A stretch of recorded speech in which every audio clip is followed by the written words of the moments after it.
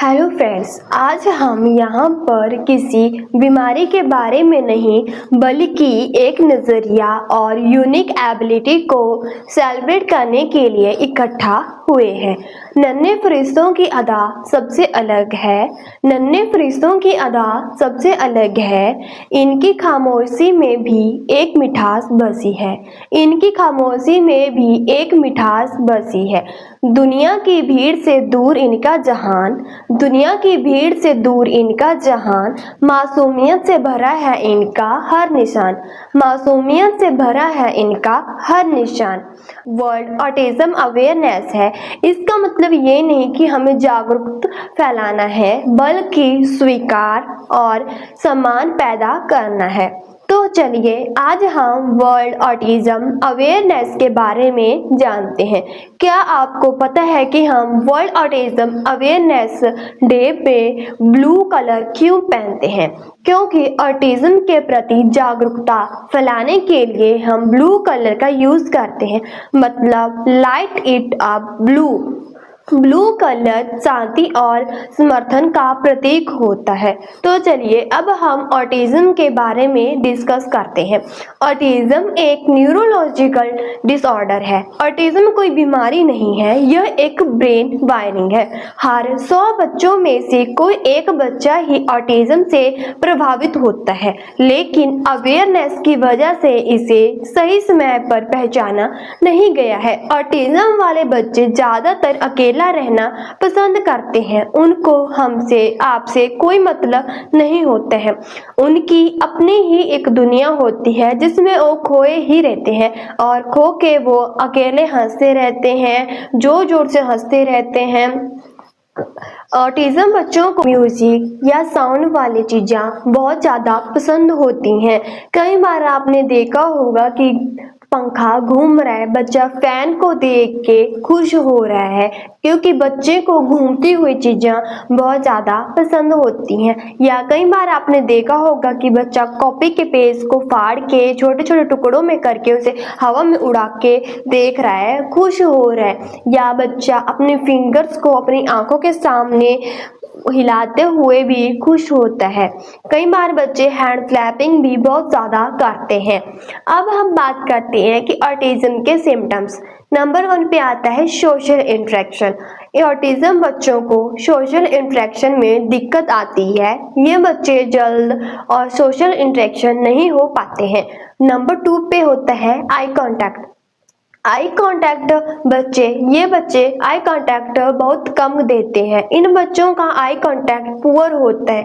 कई बार आपने देखा होगा कि आप इन बच्चों के साथ बात कर रहे हैं, इनको कुछ समझा रहे हैं, तो बच्चा आपको देख नहीं रहा है, आपको आई कांटेक्ट नहीं दे रहा है, बस इधर उधर देख रहा है। अगला आता है फेशियल एक्सप्रेशन। ये बच्चे फेशियल एक्सप्रेशन कम देते हैं। इन बच्चों को पता नहीं होता है, इन बच्चों को फियर का पता नहीं होता, खतरे का पता नहीं होता है, फेशियल एक्सप्रेशन का पता नहीं होता है कि हैप्पी, सैड, इमोशनल। अगला आता है कम्युनिकेशन प्रॉब्लम। ये बच्चे कम्युनिकेशन भी नहीं कर पाते हैं, इनको कम्युनिकेशन में प्रॉब्लम आती है। मतलब आप बच्चे को पार्क में लेके गए, बच्चे दूसरे बच्चों के साथ खेलते हैं नहीं, ये बच्चे अलग ही खेलते रहते हैं। मतलब इन बच्चों को अलग रहना बहुत ज़्यादा पसंद है। अगला आता है रेपिटेटिव बिहेवियर। ये बच्चे रेपिटेटिव बिहेवियर बहुत ज़्यादा करते हैं। अगला आता है सेंसरी इशू। इन बच्चों को रोशनी, आवाज़, छूने या डेली रूटीन में जो भी बच्चा करते हैं, गुस्सा करते हैं, जिद करते हैं, अपना सिर दीवार पे मारते हैं, हैंड फ्लैपिंग करते हैं, हाइपर होते हैं, रोते होते हैं, इन सब में प्रॉब्लम आती है। अब हम बात करते हैं कि ऑटिज्म होने के क्या कारण हैं। नंबर 1 पे आता है जेनेटिक इशू। जेनेटिक मतलब घर में किसी को पहले से कोई प्रॉब्लम हो या कोई घर में पहले ऑटिज्म से ग्रसित हो तो बच्चे में भी होने के चांस बढ़ जाते हैं। नंबर 2 पे आता है प्रेगनेंसी इशू, कि मम्मी को प्रेगनेंसी के टाइम कोई इन्फेक्शन, कोई डायबिटीज या थायराइड, इससे भी बच्चे ऑटिज्म होने के रिस्क बढ़ सकती है। अब हम बात करते हैं स्टेम सेल थेरेपी के बारे में। स्टेम सेल थेरेपी क्यों सुप्रीम कोर्ट ने बैन की? क्या आप स्टेम सेल थेरेपी के बारे में जानते हो? स्टेम सेल थेरेपी 30 जनवरी 2026 में सुप्रीम कोर्ट ने बैन कर दी थी, क्योंकि इनके पास कोई भी एविडेंस नहीं थे, कोई भी प्रूफ नहीं था, और ना ही कोई डाटा था, और ना ही कोई अच्छा इंस्टीट्यूट था।